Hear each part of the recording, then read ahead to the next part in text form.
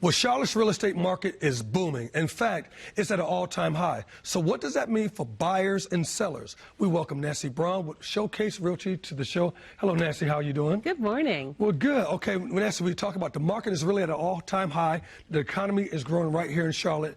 However, why are less and less homes on the market right now? This is a quagmire for the entire country. We don't have enough homes to sell, and it's causing a lot of trouble for buyers because there's tons of buyers out there, tons of people moving to Charlotte. The economy is very strong, but we just don't have the inventory. So a lot of different factors are in play.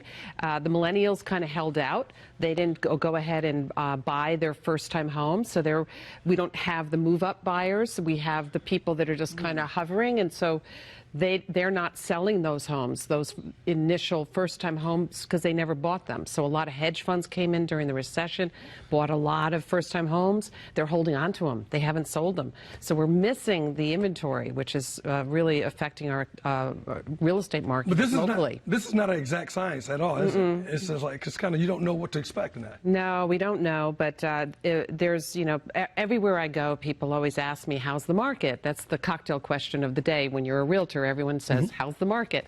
And the market in Charlotte, except for the recession, has always been extremely strong, and it's just been growing and growing since the recession. It's been really, really hot. But the reason why we're selling less homes is because there's not much to sell.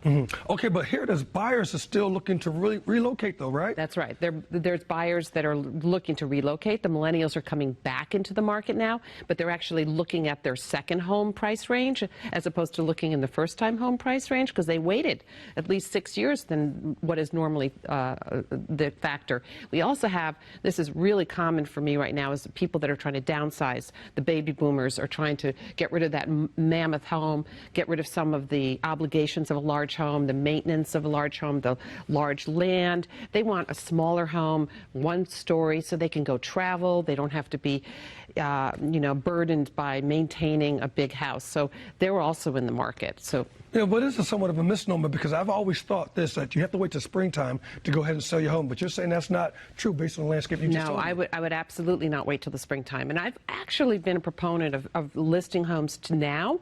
The market is very, very strong, and there's less inventory out there. And typically, it's less inventory because people wait till the spring. But if you're waiting till the spring, you're waiting for all the flowers to bloom, you're going to actually put your house on the market when everyone else does. But the buyers are always there. So wouldn't you rather be the one that puts your house on the market when there's less inventory than have all that competition? Oh, absolutely. I want to have less inventory and all that competition. I want to. Okay, what about the interest rate? The interest rates right now is low, and that governs a lot based on what everybody does based on interest rates. So what does that mean for buyers and sellers, and what does that mean for the future? Right. So it's interesting when I'm working with a buyer, they're so focused on getting their price. So they might be worrying about a couple thousand or $5,000 or $10,000 off the price, but they don't focus on the interest rate. And the interest rate is the one that really drives the cost of the house over the 30 years or however long you're going to live there.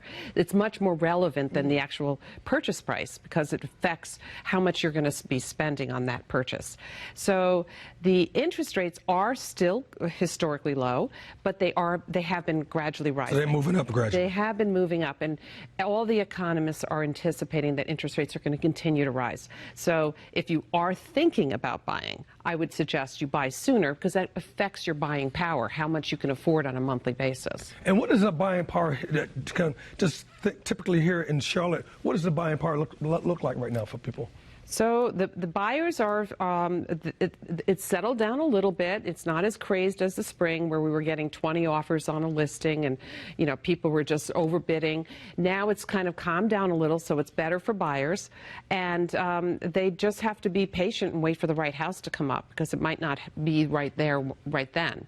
But it is certainly, if I was in the market to be buying and I'm using a mortgage, I would say I'd rather buy with a lower mortgage rate than wait for the mortgage rate to go up because we know it's going to go up. So that's why we need somebody like Nancy who can go ahead and go through all the nuances, all the details, looking at all the different comps, the inspection, due diligence, all the stuff that you don't think that you need to know about, she knows about. Nancy also has a book that answers all these questions, all your questions. It's called The No Holds Barred Guide to Buying and Selling Your Home in the Carolinas. I love that. For your free copy, and I said free copy, visit experthomehelp.com, or this is what you need to do. You need to call Nancy Nancy. Give her a call at 704-488-3109. Let me say the number again, 704-488-3109. There's a lot of things that you don't know that she does know, and you need her brain to get that done. Thank you very much, Nancy. Thank you so much. All right. Appreciate it.